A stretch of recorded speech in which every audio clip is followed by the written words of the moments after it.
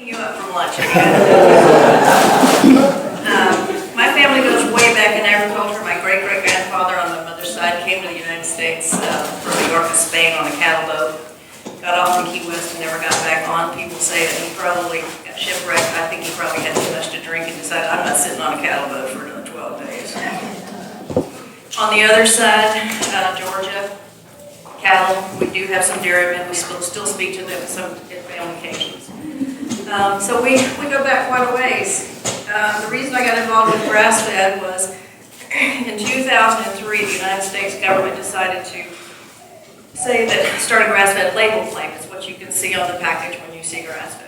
And what the government said at that time was that you could have Grassfed label claim that said you could feed your animal 20% grain, confine them, give them antibiotics and hormones, and call it Grassfed. And the hair stood up on the backs of about 20 people in Colorado, pretty much. And we said, we can't let this happen. So we met, and I showed up that day in March of 2003, and I've been here ever since. And it brought me home to some real good family roots. A young man that I grew up with in South Florida, we've known each other since we were 5 years old. His wife became the charter president of American Grassfed. We've known each other for about 60 years now. And the other one is that Will Harris, who you talked to, used to say every time in Georgia. My husband's father was the FO Ag teacher in the town where Will grew up. And I've known Will for that many years as well. So I feel like I'm kind of part of this whole thing. Anyway, so after we had this meeting in Denver about the Grassfed label claim, we worked with the government for about 7 years.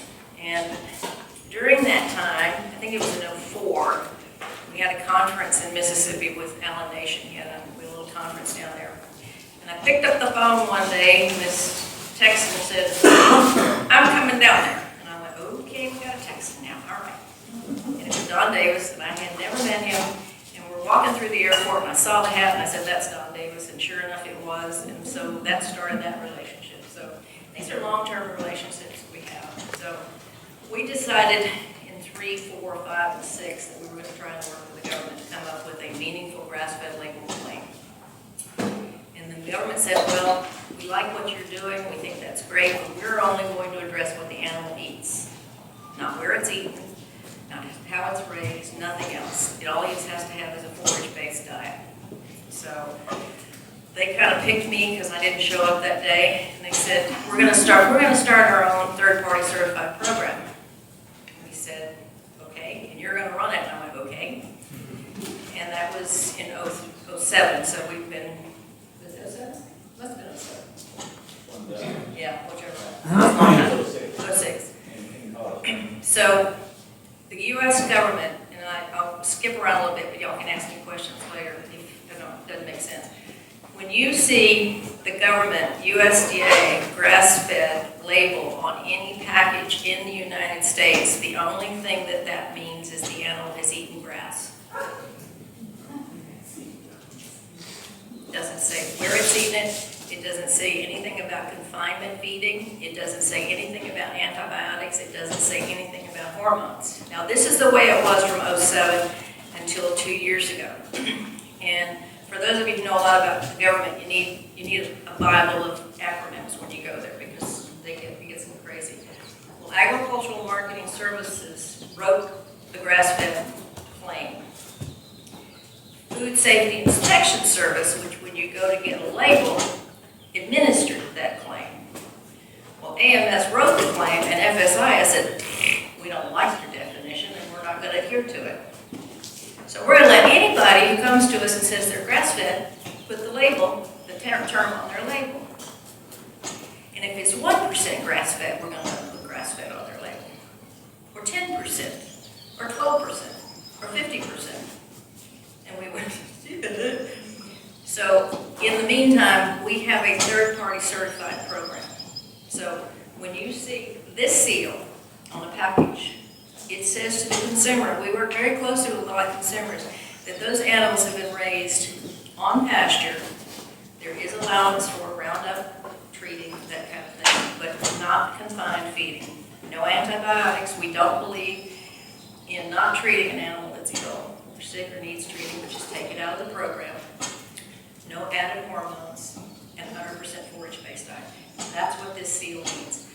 you don't see this seal, I'm not saying that they're not 100% grass-fed. What I'm saying is this is a consumer-facing seal. It says to the consumer, I'm doing everything right, and I want to continue to do that.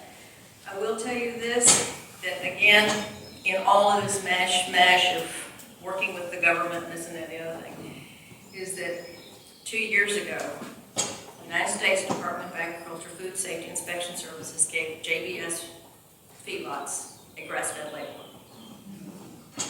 And it says 100% grass-fed on their label. So we never decided that we wanted to be the grass-fed police, but we're kind of being the grass-fed police because when we see these labels coming through, we call the government off and ask them, and we ask for freedom of information about where they're sourcing these animals. And we're asking all of these different questions of these people that are getting these grass-fed labels and saying, are you doing everything right? Because we don't believe, and I don't believe personally, and I bring some of my own personal beliefs as we all do into what we're doing, and hopefully that you, all of you in here, who are doing holistic grazing, holistic management, doing everything right, treating those animals well, all of those other things, should have to compete with somebody who's taking animals out of feedlots and slapping a grass-fed label on it and competing with you, where you can't sell your product for less than $7 a pound and make it viable, and they're selling it for $3.99 a pound. And the consumer's buying it. They're giving them soy and corn and whoever knows what. We're finding people are taking animals straight out of either sale barns or feedlots, taking them straight to the processing plant and putting the grass-fed label on that package. So that's it pretty much in a nutshell. The way we work with holistic management is when we first started, we believe that animals, and I personally believe that animals on pasture is the best thing you can do for the animal and the pasture. But there are things that you can do better, things that you can make your return better for you and for the animal, and that's through holistic management and through all the things that Walt said and all the things that Byron said and the things that Richard's going to say later and the things that are going to teach you how to do those things so that your rate of return for you and for your animals are going to be better.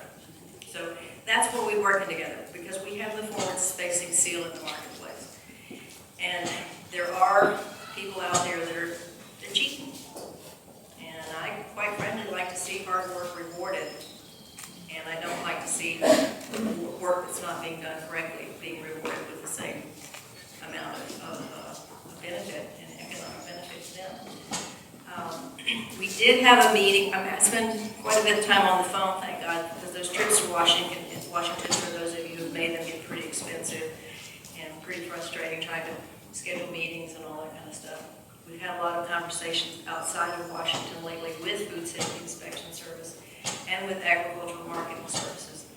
And they have had a backlash of consumer complaints about what they're doing. So they are now coming to us. Again, they have them occasionally.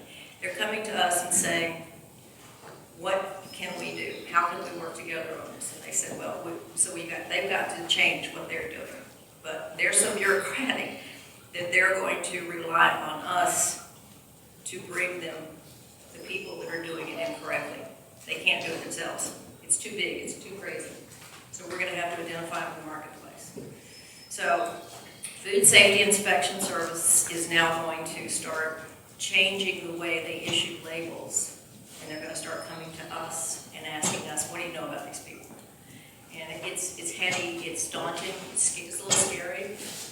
But when I look around barns around the country, and I look around seminars in hotel rooms that you all spend money to go to, and I see what you all are doing, damn it, I think you ought to be rewarded for that. And I'd really like for you to ride a tractor that has a steering wheel and a seat. Thank you.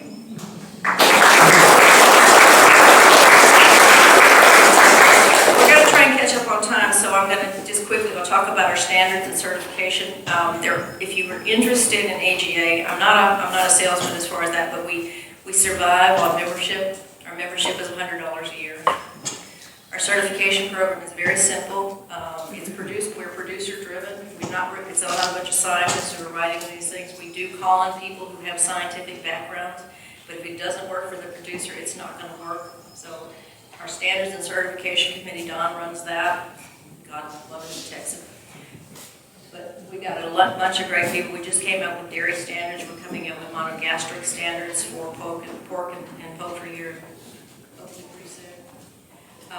The certification works really easily. If you have a relationship with your extension agent or your NRCS agent, at their discretion, they can do your on-farm inspection for you. You have to have an on-farm inspection at least once every 15 months. And they come out and they have a form, they fill it out, they send it back. Your veterinarian can do it. We do have companies that will come out there for you, or just a flat fee if you just want to do that. If you're interested in having an on-farm inspection, we'll send you a pre-audit form to tell you exactly what we're looking for. So you're not at the last minute go, well, I didn't know that. You know, we're very open and very upfront about it.